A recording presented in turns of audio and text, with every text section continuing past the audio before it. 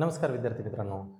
आता आपण आपल्या भूमितीचा पाठ दुसरा म्हणजेच पायथागोरसचे प्रमेय याविषयी शिकणार आहोत. ठीक आहे ना.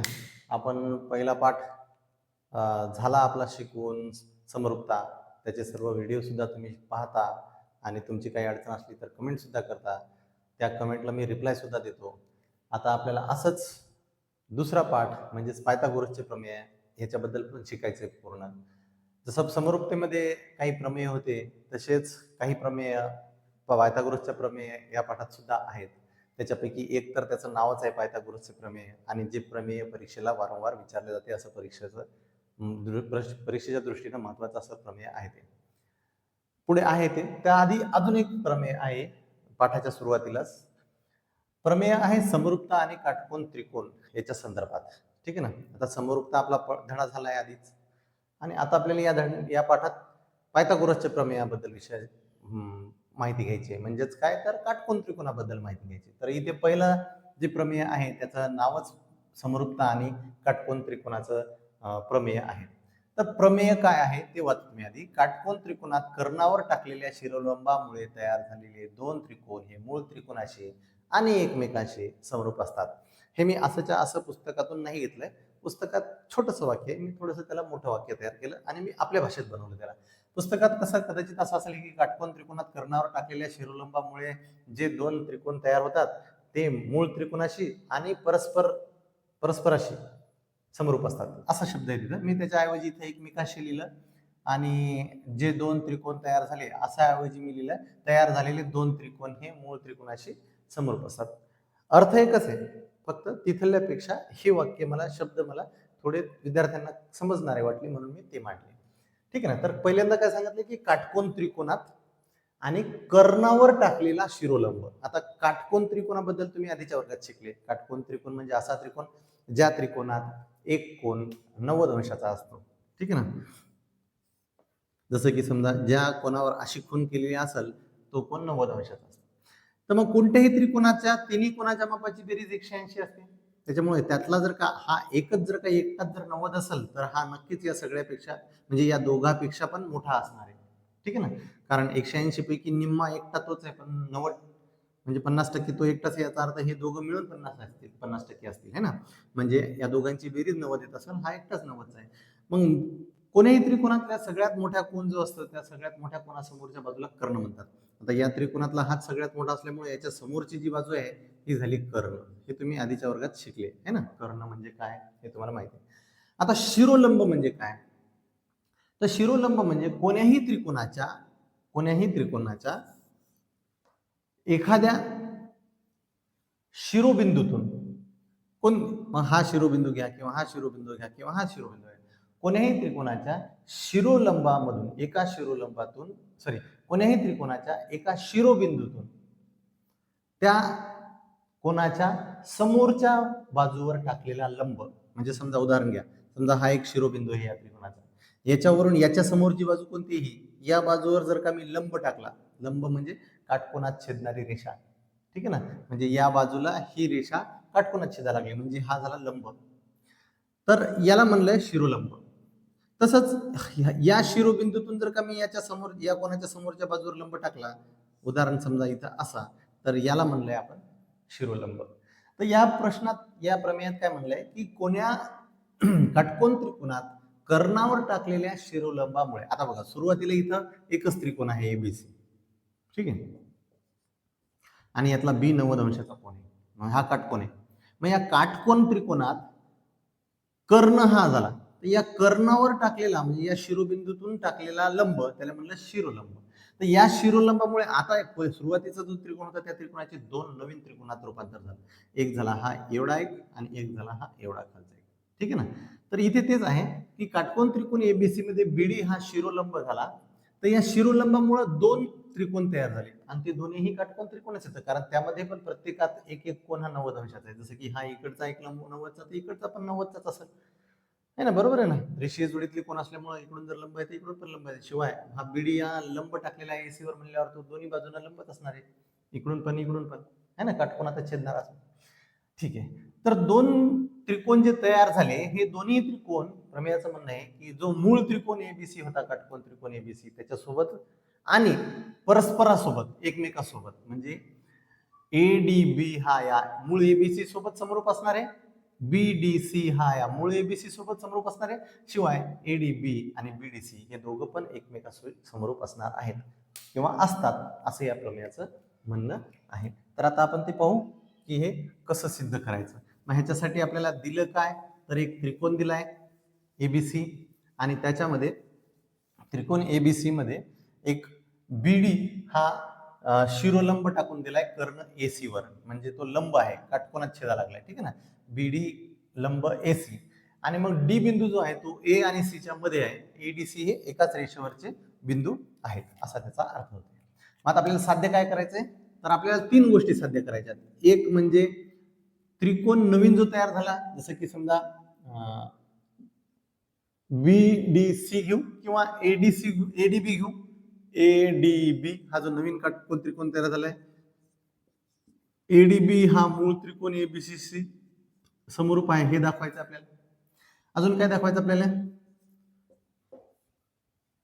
नवीन तयार झालेला बीडीसी हा जो काटकोन त्रिकोण आहे हा पण आपल्याला मूळ त्रिकोण एबीसी सोबत समरूप दाखवायचा आहे. अजून काय दाखवायचं आपल्याला तिसरं, तर जे नवीन 2 त्रिकोण तयार झाले, त्रिकोण एडीबी आणि त्रिकोण बीडीसी, हे एकमेकाशी सुद्धा समरूप असतात, परस्परांशी किंवा एकमेकाशी समरूप असतात असं दाखवायचं आपल्याला. नवीन तयार झालेले 2 त्रिकोण हे मूळ त्रिकोण एबीसी समरूप आणि ते नवीन तयार झालेले 2 त्रिकोण हे एकमेकाशी सुद्धा समरूप असतात असं आपल्याला दाखवायचं आहे. मग आता काय, तर सिद्धता करू आपण. सोपं आहे, फक्त थोडंसं लक्ष देऊन ऐका. या 2 त्रिकोणाकडे पहा. या 2 त्रिकोणाची मी आकृतीच वेगळी काढतो. इथं पहिला घेतला मी समजा एबीसी, छोटा त्रिकोणाची आकृती दाखवतो आता मी तुम्हाला. हा पहिला आहे आपला एबीसी आणि मग आता या बी मधून इथे शिरोलंब टाकला, त्याच्यामुळे इथे तयार झालेला जो त्रिकोण असणार आहे आता नवीन, तो असा असणार. हा आहे आपला एबी आणि इथून इकडे टाकला आपला शिरोलंब, तर त्याच्यामुळे इथे झाला डी तयार. मग आता ह्या 2 त्रिकोणात आपल्याला समरूप दाखवण्यासाठी काय काय दाखवता येते पहा. आता 2 त्रिकोण जर का तुम्हाला समरूप दाखवायचे असतील तर तुम्हाला माहिती आहे, आपण पहिल्या पाठात शिकलो, 2 त्रिकोण जर समरूप दाखवायचे असतील तर त्या 2 त्रिकोणांना कोण्या ना कोण्या तरी कसोटीनुसार समरूप दाखवा लागते, म्हणजे त्यांना कोण्या ना कोण्या कसोटीत बसवा लागते. आता या 2 आकृत्याकडे पहा. या 2 त्रिकोणात एका कोणाची जोडी अशी आहे, संगत कोणाची जोडी, की जी एकरूप आहे, कारण ते प्रत्येकी 90 अंशाचे कोण आहेत. तुम्हाला आकृतीत दिसते, कोण बी वर जी खूण आहे तीच कोण डी वर आहे, म्हणजे दोन्ही त्रिकोणात एका कोणाची जोडी ही काटकोन कोणाची आहे, म्हणजे 90 अंशाची आहे. मग मी आधी ते लिहून घेतो.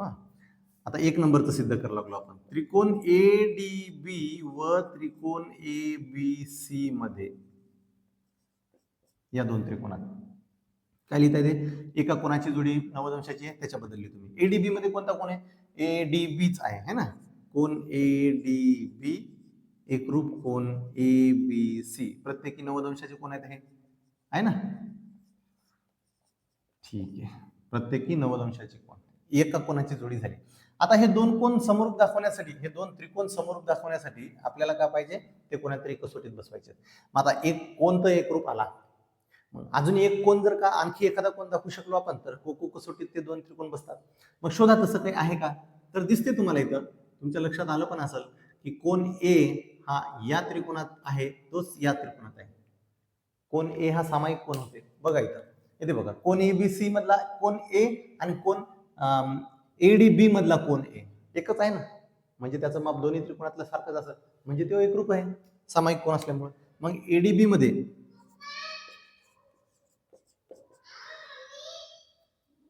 कोण एडीबी मधला कोण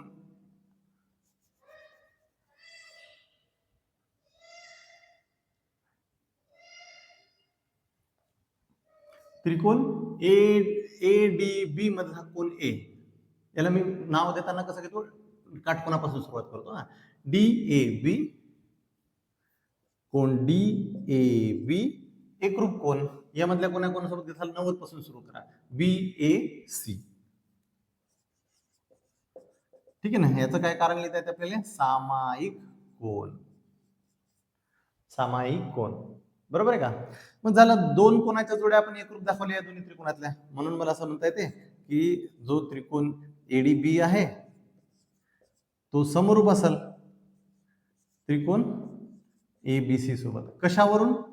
तर कोनाच्या कोको कसोटी नुसार. समजलं? ठीक आहे. आता दुसरं आता हे सिद्ध झालं आपलं. आता ह्याचा विचार करा. त्रिकोण बीडीसी व त्रिकोण एबीसी मध्ये, आता याची पण आकृती वेगळी दाखवतो मी तुम्हाला. बीडीसी कुठे आहे? हा आहे बीडीसी, ठीक आहे ना. म्हणजे हा त्रिकोण असा आहे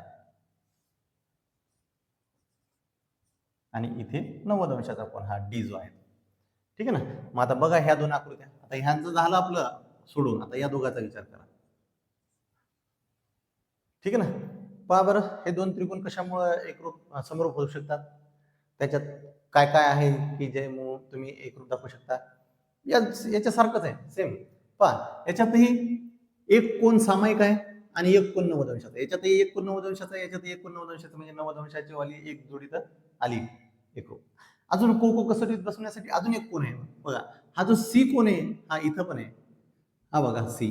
एबीसी मध्ये पण हाच आहे आणि बीडीसी मध्ये पण हाच आहे ना. म्हणजे कोन सी हा सामायिक होते. मग झाले, इथे लिहिता येईल मला बीडीसी मधला 90 अंशाचा घेतो मी आधी. बीडीसी मधला मी समजा कोन बीडीसी, तर एकरूप कोण कोणता दाखवू शकतो मी त्याच्यातला? मी इथून सुरुवात केला बीडीसी, मग याच्यात कोणता घ्यायला लागेल मला? एबीसी, बरोबर आहे का?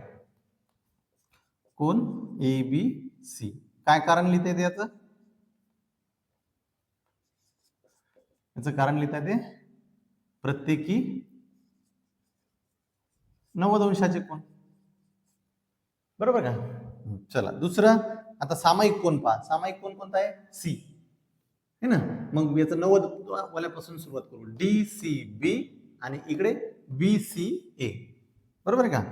डी सी बी आणि तिकडे बी सी ए. याचं काय कारण लिहिता येते? सामायिक कोन. कळलं? चला मग झालं, हे दोन त्रिकोण सुद्धा आपल्याला समरूप लिहिता येतात. कशावरून? कोको कसोटीवरून. त्रिकोण बीडीसी समरूप त्रिकोण एबीसी.